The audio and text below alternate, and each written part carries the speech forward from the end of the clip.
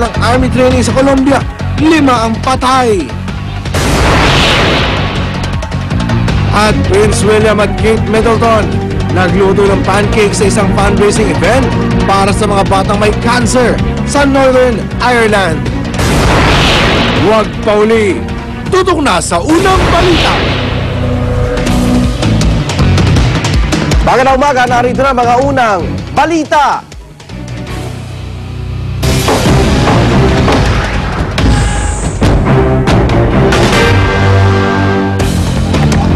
Dalawang impeachment complaint laban kay Ombudsman Mercedes Gutierrez isasalang na sa botohan sa plenaryo ng Kamara sa susunod na linggo. Kasunod yan ang desisyon ng House Committee on Justice na nagdedeklarang may probable cause ang dalawang reklamo laban sa Ombudsman. Darito ang report ni Jamie Santos. Patansigin! Gloria panagutin! Gloria panagutin! Mercy patansigin! Bitbit ang mga placard nag-ingay sa labas ng batasang pambansa mga militanteng ito para ipanawag ang alisina sa pwesto si Ombudsman Mercedes Gutierrez. Namigay pa sila ng puting rosa sa mga pumapasok sa Kamara para humingi ng suporta. With 39 members voting in favor of the motion, 9 against, 1 abstention, the Committee on Justice finds the existence of probable cause to impeach Mercedes Gutierrez for betrayal of public trust based on the first complaint on the 3 allegations stated therein. Sa loob ng Kongreso, dineklarang may probable cause ang unang impeachment complaint ni dating Akbayan Party List Representative Risa Ontiveros Barakel na ibinase sa mababa umunong conviction rate ng Ombudsman sa di paghahain ng mga kaso sa mga nasa likod ng NBN-ZTE deal at sa pag-upuraw sa kaso ng pagkamatay ni Navy Ensign Philip Andrew Pestaño. The committee finds the existence of probable cause. Idineklara ring may probable cause ang pangalawang impeachment complaint na inihain naman ni Bayan Secretary General Renato Reyes. Ibinasa ito sa umunoy di pag-aksyon ng Ombudsman sa fertilizer fund scam, Mega Pacific Deal at ang Euro Generals controversy. Timing naman sa gitna ng pagdinig ay nakatanggap ng text message ang Senior Vice Chair ng Justice Committee na si Representative Rodolfo Fariñas. I just got a text message which I normally do not share with the public, but this came from the Speaker. The Speaker said, SC Junks Mercy MR 752. 7 maestrado ng Korte Suprema ang bumoto para ibasura ang motion for reconsideration ni Gutierrez with finality. 5 ang pabor sa motion ng Ombudsman, 2 partially concurred sa mayorya at 1 ang nag-inhibit. Hirit tuloy ni House Minority Leader Edsel Lagman, sana man lang daw ay inantay na lang ng komite ang desisyon ng Korte Suprema bago pinagulong ang proseso. Hindi naghintay ang committee. Sana naman na napagbigyan yung motion for reconsideration na tapusin mula ng Supreme Court because as I've said, a motion for reconsideration is integral to due process. 1/3 o 74 na boto mula sa halos 300 kongresista ang kailangan para maiakyat ang impeachment case sa Senado.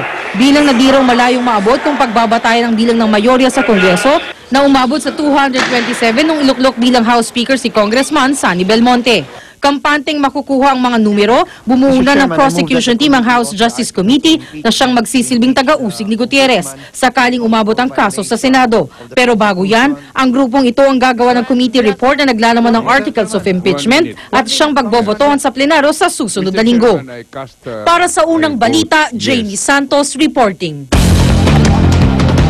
Kaunay po ng balita kaya bago sa natin mismo si Ombudsman Mercedes Gutierrez. Ombudsman Gutierrez, good morning po. Good morning.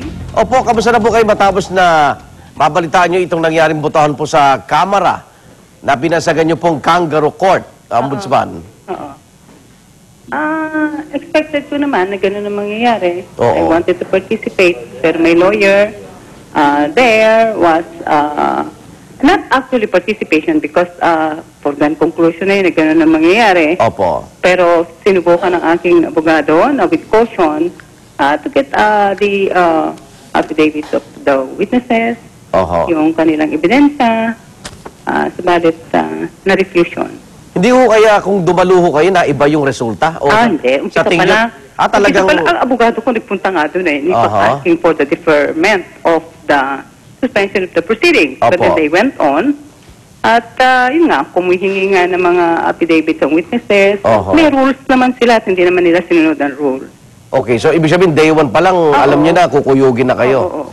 Okay, sa kabila ho ng desisyon naman ng Supreme Court, sa tingin nyo ba na kumpleto yung proseso? Dahil yun naman din po ang reklamo ninyo, hintayin yung Supreme Court decision bago sila magpatuloy. Kahapon mo, mukhang nagsabay, Ombudsman. Pero kinumpleto na nila yung almost kumpleto na yung proseso. Bago nagdesisyon yung Supreme Court. Oo, bago yung desisyon ng Supreme Court. Oo. Kaya ako naman mausunod naman ako sa ating hukuman kung ano ang sabihin. Okay, so Yun medyo... naman ang issue naman doon, yung sa complaints, diba? Opo. So sa tingin nyo, kung magdidiretso ito, pagdating ho sa Senado, kung saan sila maghuhusga sa inyo at magkakaroon ng trial, doon ho ba magpa-participate naman kayo, Ombudsman? Oo, sigurado. Dahil kasi iba naman na sa Senado eh. Okay. At sa tingin ko ang Senado naman impartial, judicious, at saka talagang sumusunod sa proseso. Medyo kulang pa rin ho yung boto no, sa plenaryo. Umaasa ba kayo na hindi na ito gugulong papunta sa Senado? Hindi ko alam kung kulang pa. Sino pa ang nagsasabi na kulang? Oo. Kasi may nagsasabi na kumpleto, more than the required number of votes. Okay. Kaya siguro naman, ang ipapading natin mga mabatas ay magiging, they will rule judiciously. Opo. I-assess lahat muna mabuti ang ebidensya. Paano naman bakit pa may rules? Bakit pa may proseso? Oo. Kung by the number lang, hindi naman pwede yung numero lang. Kasi kung numero naman, ano naman ang karapatan naman ng mga nai-impeach? Opo. Hindi ba? Pero ang sinasabi naman ng ilan, nadamay kayo dahil nung nakaraan naman ang majority, yung minority ngayon, majority dati, hindi rin nila isinulong yung mga impeachment naman daw kay Pangulo nun. So, parang nararamdaman nila na bilang nga ang, pagdating sa impeachment, bilang ang ano dito. Bakit naman gano'n, Igan? Oo. Kung may ebidensya, may ebidensya. Kung wala, dahil nagbagong administrasyon, iba ng ebidensya. Okay. Ang mga mambabatas sila at sila ay pinagkakatiwalaan ng ating mga kababayan, nagawin ang kanilang tungkulin, tingnan ba talaga kung mayroon ba talaga akusasyon. Ang bumoto noon against the impeachment complaint, ang bumoto naman ngayon for the impeachment complaint. Politika noon, iba sa politika ngayon. Ganun ba ang mangyayari sa ating bayan? Okay. Paano ito hinaharap ng pamilya nyo, Ombudsman? Alam mo, kahit na sino naman na nasa ganito sitwasyon, ang kanyang pamilya ay siyempre may kalungkutan din naman na nadarana. Na napipil. At yung trabaho nyo po, naapektuhan na ho ba, Ombudsman? Patuloy pa rin naman ang aking pagtatrabaho. Kasi, tungkulin ko naman yun, hindi naman natin pwedeng pabayaan. Nakailang bulaklak kayo kahapon sa mga empleyado ng Ombudsman. Mukhang medyo nakabawas sa hinanakit nyo yun, as long as I have the support of my co-workers in the Ombudsman, I will still continue to work. Okay. Because they know naman how I work. May mensahe ba kayo doon sa mga kongresista na nais kayo ma-impeach?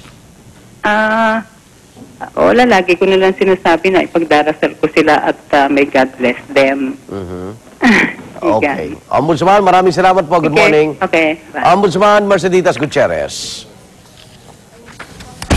Nasa kabilang linya ng telepono naman si House Majority Leader Neptali Gonzales II. Congressman Gonzales, good morning po. Good morning, Rhea, at sa ating televiewers. Alright, ano na po ang mangyayari sa plenaryo sa susunod na linggo? Diretso botohan ng huhuba, Congressman? Well, of course, hihintayin muna natin yung committee report na napagbotohan kahapon. Then, kung ang sabi nila, the Committee on Rules will have it by Monday. Ang aming meeting, Rhea, sa Committee on Rules, regular meeting namin is Tuesday. So that's the earliest time that we will be able to include it in the order of business. Siguro, the earliest that we can tackle sa floor ang impeachment na report ng Committee on Justice will be Wednesday next week. Wednesday ho. Right. Again, Congressman, ilan po ang kailangan para mapagtibay? Well, since our recommendation ng committee is to impeach her, then ayon sa Constitution at ayon sa aming rules, only one-third of the membership of the House is needed to sustain it. So, dapat 284 kami dahil may nagdagdag na congressman from Buang Utak, si Congressman Mercado. But because natanggal naman si Ronald Dingson, so we're back to 283, so that's 94 point something o i-round off mo lang na 95. Alright, reaction lang po, Congressman, no, tinawag na kangaroo court ni Ombudsman Merceditas Gutierrez, itong House Committee on Justice, at sinasabi niya parang nawala na din siya ng ganang humarap po sa Kongreso dahil parang from day one, alam niya na who daw ang kahihinatnan. Well, that's her assessment, and at hindi mo rin naman mapoport ang Committee on Justice from proceeding because she was given enough time to appear before the Committee on Justice. But she opted not to dahil ang sinasabi niya is ang kanya naging legal strategy is to wait for the outcome of the decision of the